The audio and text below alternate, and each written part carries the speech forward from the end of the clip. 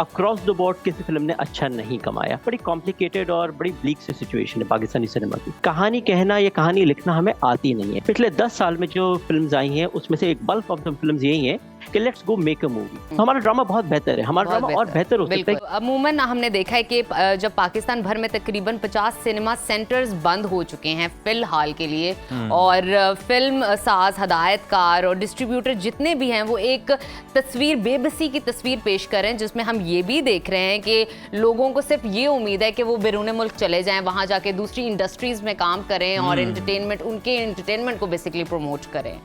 तो इस बार अगर हम बात करें ईद की खास तौर पर, तो हमने देखा कि 5 नई फिल्में रिलीज की गई, जिनमें अगर हम नाम ले लें तो कबीर द मार्शल आर्टिस्ट है, कुल्फी, लंबी जुदाई और इश्क लाहौर शामिल हैं। इसके अलावा बहुत सी पुरानी फिल्मों को भी दोबारा से सिनेमा में नुमाइश के लिए पेश किया गया ताकि अच्छा रेवेन्यू जनरेट किया जाए और जो ऑडियंस है उनके लिए कोई अच्छी इंटरटेनमेंट का सामान हो सके। और इसके साथ साथ हमने ये भी देखा है कि ये जो बार बार सेम ऑलरेडी रिलीज मूवीज़ को आप दोबारा सिनेमा में लगाते हैं, क्या ये तख्लीकी किल्लत की निशानदेही कर रही हैं कि हमारे पास मज़ीद कोई क्रिएटिविटी नहीं है, कोई प्रोडक्शन नहीं है, कोई इस तरह के टेक्निक्स नहीं है जो हम अप्लाई करके अपनी न्यू मूवीज़ को प्रमोट कर सकें, आगे ला सकें, या हम समझ लें कि हमारी जो फिल्म इंडस्ट्री है कहीं ना कहीं खात्मे का शिकार हो गई है? क्या समझने की जरूरत है? तो इसी डिस्कशन कर लेते हैं। हमें ज्वाइन किया है फिल्म क्रिटिक जावेद कामरान साहब ने। जावेद साहब, वेलकम टू सुनो पाकिस्तान। सबसे पहले तो हम आपसे ये जानना चाहेंगे कि ईद उल फितर पर रिलीज होने वाली पाकिस्तानी फिल्मों का मजमूई तौर पर मयार कैसा रहा? मतलब शायकीन ने कितनी पसंदीदगी का इजहार किया और कितनी कामयाब रही ये फिल्में? आपका जो फुटफॉल था वो बहुत कम रहा है। यानी अगर कोई भी एक ज़माने में ईद उल फितर, ईद उल अज़हा के ऊपर जो फिल्म करोड़ों के अंदर बॉक्स ऑफिस बिजनेस करती थी, इस बार कोई कुछ लाखों में हो रहा है, which is really really bad when you take a look at it. तो अक्रॉस द बोर्ड किसी फिल्म ने अच्छा नहीं कमाया, तो ये तो एक बड़ी ब्लीक पिक्चर हुई है। और ये इस बात को ऑगमेंट करती है कि अनफॉर्चुनेटली सिनेमा का क्लोजर की भी एक बड़ी रीज़न यही है कि हमारी खुद की फिल्में इतनी अच्छी नहीं बनती, तो ऑडियंस का कॉन्फिडेंस लॉस हो गया है। तो बॉक्स ऑफिस भी नहीं रहा और ऑडियंस का कॉन्फिडेंस भी नहीं रहा। और प्लस सबसे बड़ी बात यह है कि 24 टाइटल्स एक साथ आना, जिसमें 5 आपके पास नहीं है, बहुत सारी, जैसे अभी थोड़ी देर पहले आपने कहा कि री रिलीजेस हैं, इतनी सारी फिल्में आने के बाद ना सही शो टाइमिंग्स ही नहीं मिलते, तो एक तरीके से बॉक्स ऑफिस का लॉस ये भी रहता है। तो एक बड़ी कॉम्प्लिकेटेड और बड़ी ब्लीक सी सिचुएशन है पाकिस्तानी सिनेमा की। अच्छा जावेद, मुझे ये भी बताइए, जिस तरह अगर हम फिल्मों का मौजना करें और अभी री रिलीज की भी बात आपने की, तो कौन सी फिल्म आपको ज्यादा मुतासिर कुन लगी अब तक के लिए? देखिए, इस सारी फिल्मों के अंदर ना अगर आप देखें, और सबसे पहला सवाल तो ये री रिलीजेस क्यों हो रही हैं, इसको मैं थोड़ा सा एड्रेस कर लूँ। एग्जिबिटर्स एंड डिस्ट्रीब्यूटर्स खुद कह रहे हैं कि भाई हमारे पास जो नई फिल्में आ रही हैं उनका शायद मयार ऐसा नहीं है कि ऑडियंस खाएगी, तो इसलिए री रिलीजेस कर लें पुरानी फिल्मों को जो पहले सक्सेसफुल रही हैं, जिसमें मौला जट जो पहले से कभी सिनेमा से उतरी नहीं है। अच्छा जावेद, ये मयार को एक्सप्लेन कर सकते, क्या मतलब है ये फिल्मों का मयार नहीं, इसको जरा एक्सप्लेन कीजिए, क्या है नहीं है उस फिल्मों में? देखिए, एक दो चीज़ों की क्वालिटी होती है। एक तो narrative quality of a film होती है, जो कहानी कहने की बात होती है, एक technical quality of a film में होती है ना, दोनों। तो दो ही एस्पेक्ट्स देखे जाते हैं। क्रिएटिविटी एंड टेक्निकलिटी जब दोनों एक साथ आती हैं तब फिल्म का एक मेजर ऑफ सक्सेस बनता है, ऑडियंस का थोड़ा इंटरेस्ट बनता है। अच्छा, इसका ये मतलब नहीं है कि आप सिर्फ बड़ी फिल्में बनाएं। जैसे आप हॉलीवुड में भी देखते हैं, दुनिया भर के सिनेमा में देखते हैं, अगर हॉरर फिल्म बनती है तो कम बजट में बनती है, एक थ्रिलर बनती है तो उसका कोई अलग मेयार होता है, कहानी कहने का भी, टेक्निकलिटी का भी, सही है, और उसकी एक स्पेसिफिक ऑडियंस भी होती है। ऐसे ही रोमांस में होता है। हम लोग क्या समझते हैं कि या तो बहुत ही बड़ी फिल्म होगी तो सक्सेसफुल होगी, ऐसा नहीं रहा। बहुत सारी बड़ी फिल्में आई हैं जो बॉक्स ऑफिस पे नहीं चली। अच्छा, इसके अलावा आपके पास छोटी फिल्म्स कभी कभार आती हैं, वो हम जानबूझ के उसमें पैसा ही खर्च नहीं करते, या खर्च होता है तो बहुत ही कोई गलत जगह खर्च होता है तो स्क्रीन पे दिखता भी नहीं है। कहानी कहना या कहानी लिखना हमें आती नहीं है। ये सबसे बड़ा मसला पाकिस्तानी सिनेमा का रहा है सिंस द 70s 80s से कंसिस्टेंटली। तो आपका ऑडियंस इंटरेस्ट, जो आप मयार की बात कर रहे हैं, वो यही है कि ऑडियंस इंटरेस्ट आपका खो गया है क्योंकि सब स्टैंडर्ड फिल्म्स आ रही होती हैं। तो ये एक बहुत बड़ा इशू बनता जिस तरह आपने बात की कि ये ऐसे लिखारी नहीं है कि जो इस तरह का काम लिख सकें, इस क्वालिटी का मयार का काम जो है वो लिख कर दे सकें, तो इसकी क्या वजह है? क्या ऐसे लोगों को जो माकूल मुआवजा है वो नहीं मिलता, इस वजह से वो लोग जो लिखने वाले भी थे वो भी ये फील्ड छोड़ चुके हैं? क्या वजह लगती है आपको?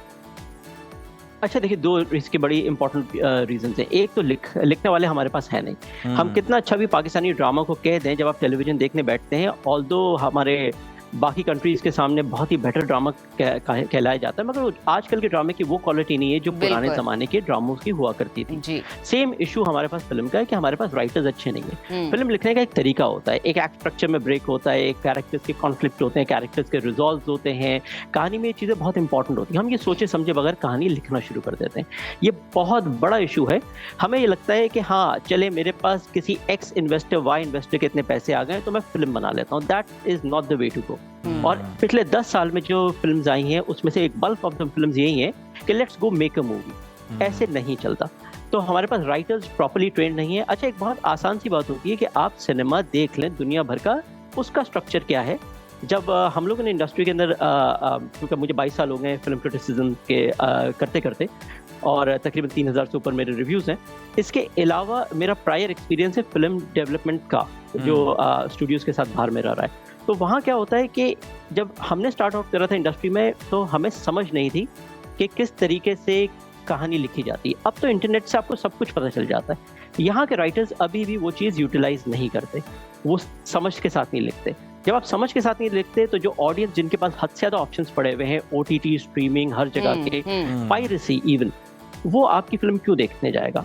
तो ये एक और बड़ा रीजन हो जाता है जिसकी वजह से जावेद, आपका ये जो पॉइंट ऑफ व्यू है फिल्मों के एतबार से तो समहाउ हम कह सकते हैं कि ठीक है, लेकिन जब हम ड्रामास की बात करते हैं तो ड्रामा, हमारे जो ड्रामा है पाकिस्तानी ड्रामा, वो राइटिंग के हवाले से, प्रोडक्शन के हवाले से, डायलॉग डिलीवरी के हवाले से, प्रेजेंस के हवाले से बहुत ही बेहतरीन है। इवन तो अगर हम देखें कि बैनुल अक़वामी सतह पे भी बहुत सारे डिफरेंट प्लेटफॉर्म्स पे उनको प्रेज किया जाता है, एडमायर किया जाता है, पाकिस्तानी ड्रामा को देखा जाता है।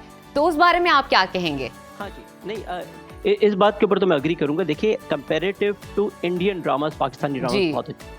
उन्हें तकरीबन कोई 10-15 साल पहले महंगे फिल्म के कैमरास, लेंसेज वो लगा के, सही है ना, जो सिनेमा की लेंसेज होती हैं, ड्रामे का जो विजुअल लुक है वो चेंज करा है। तो टेक्निकली हम बहुत अच्छे हैं। नैरेटिवली अगर आप देखें कि जब 26 एपिसोड का ड्रामा होता है तो 4-5 एपिसोड अच्छे होते हैं, उसके बाद फिर वो ड्रामा ड्रैग होना शुरू होता है। 6 एपिसोड ऑनवर्ड्स वो ड्रैग होता है, लंबा चलता है।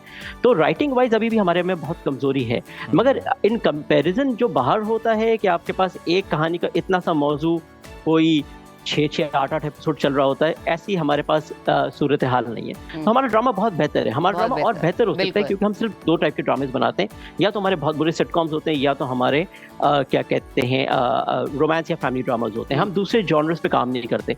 एक जमाने पे हमारे पॉलिटिकल ड्रामाज होते थे, हमारे पास क्या कहते हैं अच्छा जावेद, ये जो आपका स्टेटमेंट है ना कि हम दूसरे जॉनरास पे काम नहीं करते, जब हम इस हवाले से दूसरे प्रोड्यूसर से बात करते हैं तो वो हमें ये कहते हैं कि हमारी ऑडियंस इसी तरह का कंटेंट देखना चाहती है, इसी तरह का जॉनरा देखना चाहती है, रोमांस देखना चाहती है, कॉमेडी देखना चाहती है।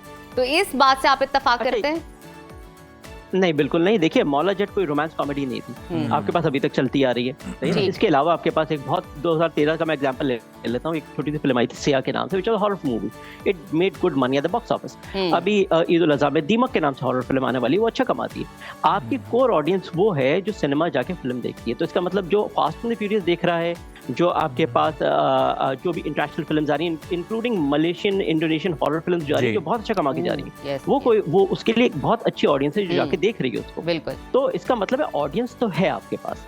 वो ऑडियंस जो अवेंजर्स को, जो फास्ट एंड फ्यूरियस और बाकी, जावेद साहब बिल्कुल आपने ठीक कहा कि ऑडियंस तो है देखने वाली, और अब ये बहाना ज्यादा नहीं चलेगा कि जनाब ऑडियंस ये देखना चाहती है और आपको चूंकि एक ही काम आता है, एक ही नीश में आप काम करने के माहिर हैं, तो आप कहें जनाब बस यही देखना चाहती है ऑडियंस। तो और अच्छा क्वालिटी काम करना चाहिए ताकि ज़्यादा से ज़्यादा जो लोग हैं, जो शायकीन हैं, वो जनाब इस तरफ मुतवज्जे हो सके।